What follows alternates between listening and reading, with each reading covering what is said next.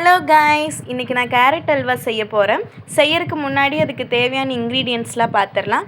First 2 துருவின carrot எடுத்துக்கலாம். அதுக்கப்புறம் 1 கப் சர்க்கரை, அப்புறம் முந்திரி, திராட்சை, நெய், அப்புறம் 1 கப் காய்ச்சின பால் எடுத்துக்கலாம். இப்போ வாங்க போய் செய்யலாம்.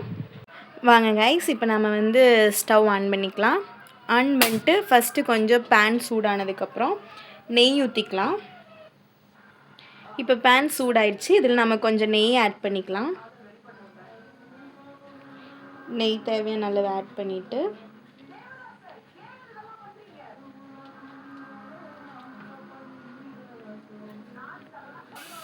இப்போ நெய் கொஞ்சம் சூடானதுக்கப்புறம் அதில் சிம்மில் வச்சுட்டு இப்போ நம்ம முந்திரி ஆட் பண்ணிக்கலாம்.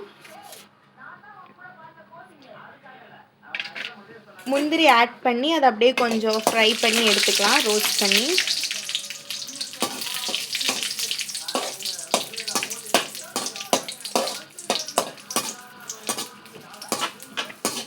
முந்திரி கொஞ்சம் செவந்து வரப்போ அதை எடுத்துடலாம். இப்போ முந்திரி கொஞ்சம் செவந்து வந்துடுச்சு. இப்போ நம்ம இதை வெளியே எடுத்துடலாம்.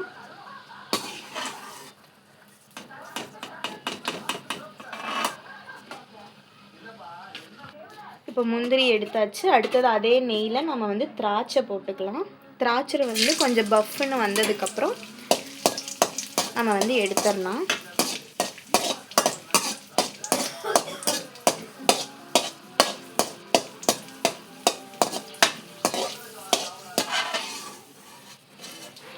திராட்சை எடுத்துடலாம்.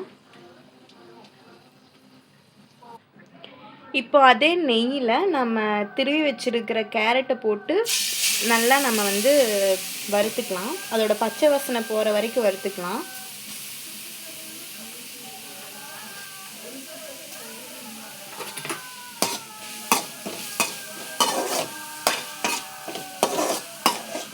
கொஞ்ச நேரம் கேரட்டுவே நெய்லேயே வறுத்ததுக்கப்புறம் நம்ம 1 கப் காய்ச்சி வச்சுருக்கிற பால் எடுத்துக்க போகிறோம்.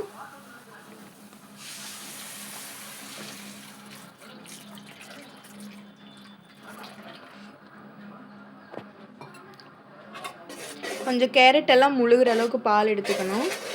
இப்போ இதை நல்லா நம்ம கிளறி விட்டு வரணும் சிம்மில் வச்சு.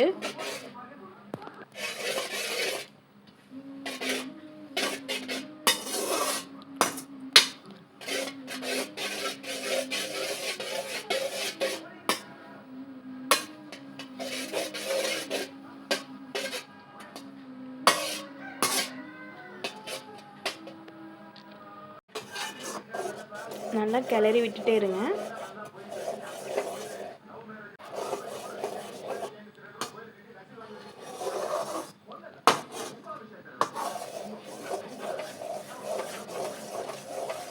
நல்லா மிக்ஸ் பண்ணிகிட்டே இருங்க. இந்த சைடில் இருக்கிறதெல்லாம் எடுத்து நல்லா மிக்ஸ் பண்ணிகிட்டே இருங்க.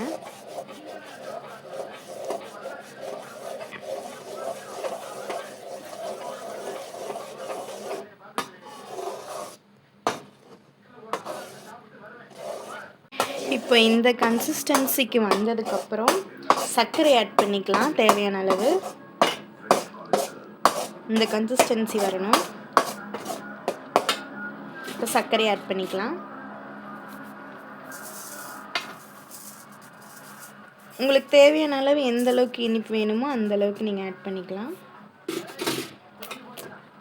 இப்போ சர்க்கரை ஆட் பண்ணி நல்லா மிக்ஸ் பண்ணி விட்டுக்கலாம். இப்போ இந்த சர்க்கரையே நல்லா கரைஞ்சி இலகி வரும். இதை நல்லா மிக்ஸ் பண்ணிகிட்டே இருக்கலாம், நல்லா கெட்டியாகிற வரைக்கும்.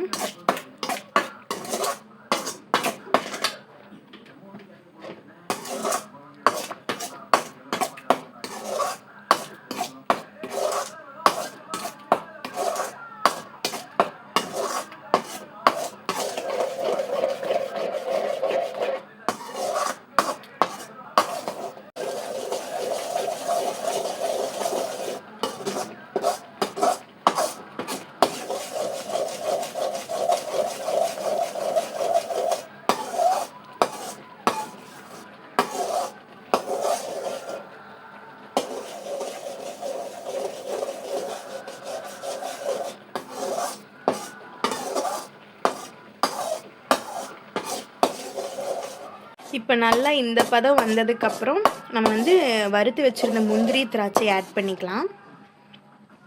ஆல்மோஸ்ட் நமக்கு அல்வா ரெடி ஆயிருச்சு. இப்போ நாம் அந்த முந்திரி திராட்சை ஆட் பண்ணிக்கலாம். நமக்கு அல்வா ரெடி ஆயிடுச்சு.